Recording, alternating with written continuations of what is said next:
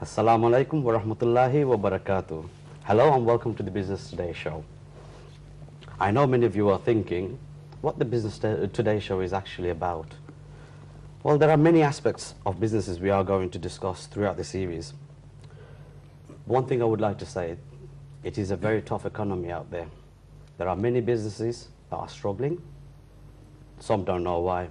There are many businesses that have really good ideas but don't know where to start from or how to implement those ideas. There are people looking to go into new businesses. They're looking for different opportunities, but however, they don't know where to start from.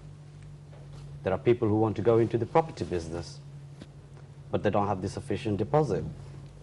There's many businesses that are having many different legal issues, but don't know who to turn to. There are people who's looking to do business from home, but don't know what sort of business will actually suit them. Today we have 4 experts who are going to be our advisors for the coming show. So without further ado, I'll introduce you to Sham Uddin, who's a solicitor and barrister for Hampstead Law Practice. Welcome. Well, thank you very much for inviting me.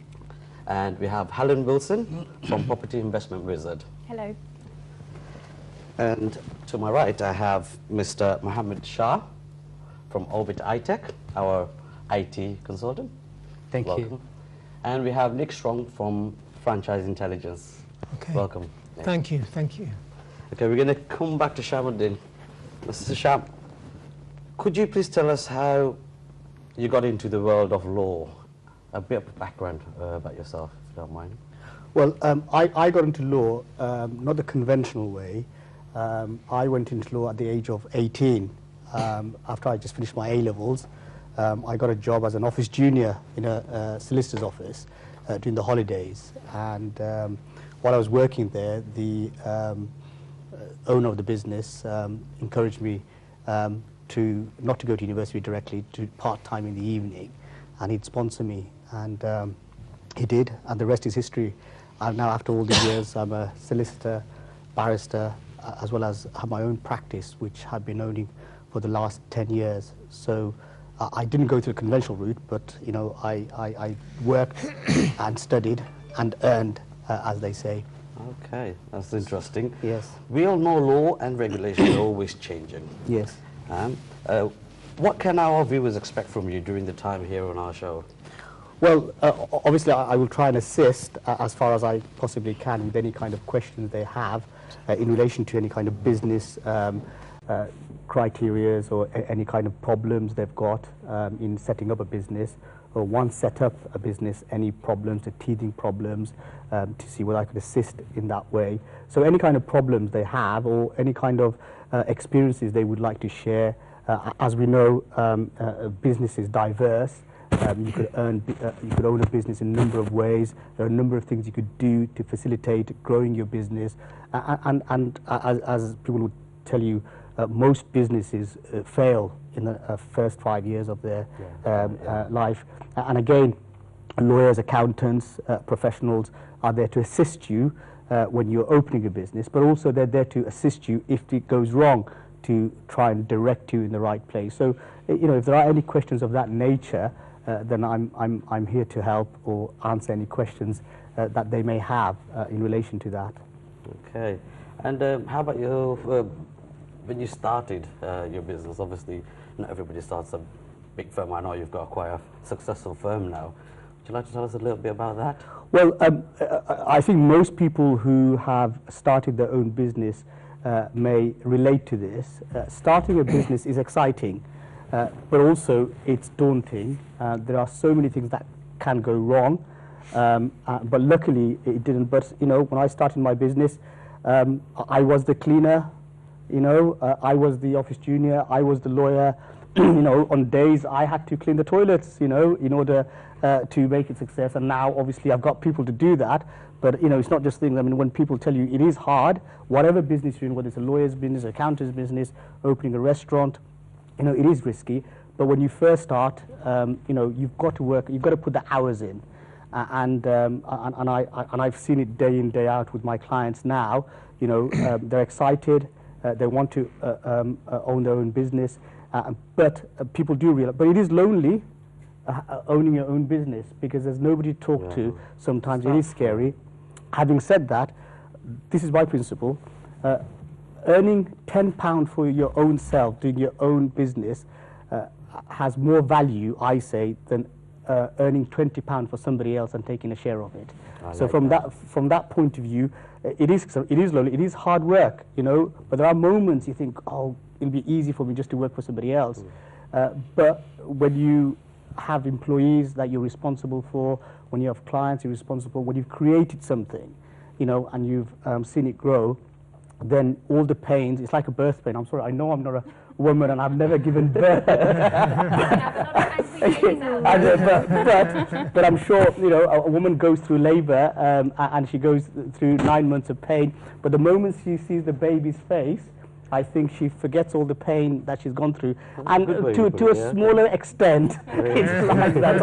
I haven't given birth. But it can't be too bad because people do it time and time again. But I have been there when my wife's given birth, so I've seen the pain. Okay, we're going to come on to Nick Strong now, the Managing Director for Franchise Intelligence.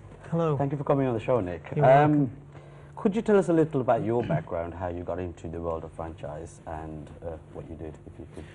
Well, some years ago I started off my career as a language teacher, and we started a business in the UK introducing language, foreign language, predominantly French, to children at a primary school age, because most people know in the UK you can only start learning when you're 11 years old. You can start, that's when we start learning a second language. Many parents aspire for their children to learn a new language before then, and that company was taken over by a franchise company, and so that's how I got into franchising, because I joined the team and worked both domestically and internationally to help people enter business for themselves but not by themselves, and that's essentially what franchising is. Okay. Well, I know that's essentially what franchising is. Could you just elaborate a little bit more about what is franchising and how does it actually work in practice? Well, franchising, when it's put together for the business owner, it's a way of growing and scaling your business. So a business owner may have found that they've reached the potential of growth for their business geographically. And when you've reached that potential of growth geographically, obviously that can be frustrating because it stops you from actually being able to expand. Now, one of the legitimate ways of expanding is to think about taking on franchisees that will take on your brand as a franchise, will follow your system, and by replicating what you've proven, that will help them to build their own success. So again, you're helping someone else replicate the business that you've built. So that's if you're a business owner and you're thinking of franchising, it's a very good way of growing and scaling your business. Okay, that's interesting, actually. Okay, how can business owners grow through franchising? I mean, well, I think if there are fundamentals to franchising your business. Firstly, your business must be proven, it must be profitable, and it must be replicable, and the brand must be protected through trademark. Many business owners have businesses that are struggling or new or perhaps not doing very well, and they think it's a good way of getting out of a problem.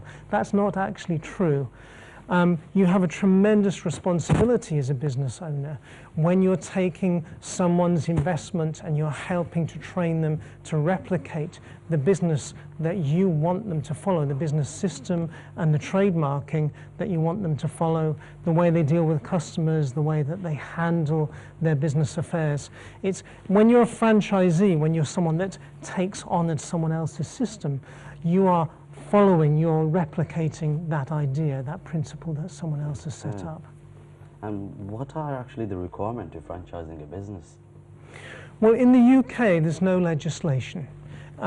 So it's anyone potentially in the United Kingdom can say they're a franchise business.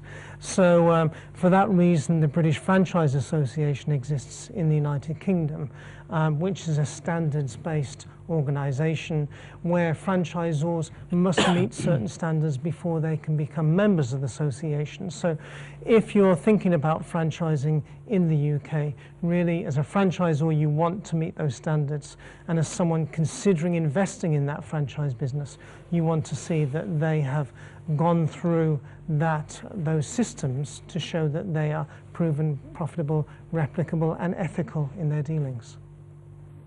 Okay, yeah, that's interesting. Okay, what are the costs in franchising a business? The cost of franchising? Cost in franchising a business. Well, if you're a business owner, it's not a cheap thing to do. It's something that the British Franchise Association, NatWest Franchise Survey, has suggested really anything between £75,000 and £150,000 to franchise a business, because there's a lot of advice required, a lot of time. You have to set up a pilot, and you have to basically make sure that everything is, as I said, proven, profitable and replicable, and that takes time, it takes advice, it takes legal advice, consultative advice, and really you need to be thinking over a period of years. Most franchise businesses break even after about 3 years of trading, so it's a long journey to actually building your business through franchising. However, once you get to that point, you move into bottom line profit, and it becomes profitable very quickly, and it extends the exit potential, but it's a very good way, a very solid way of growing your business. Okay, I'm going to ask you another question. We've got 1 minute for a break, so okay. We're coming to the break in a bit. How can someone thinking of investing in a franchise benefit?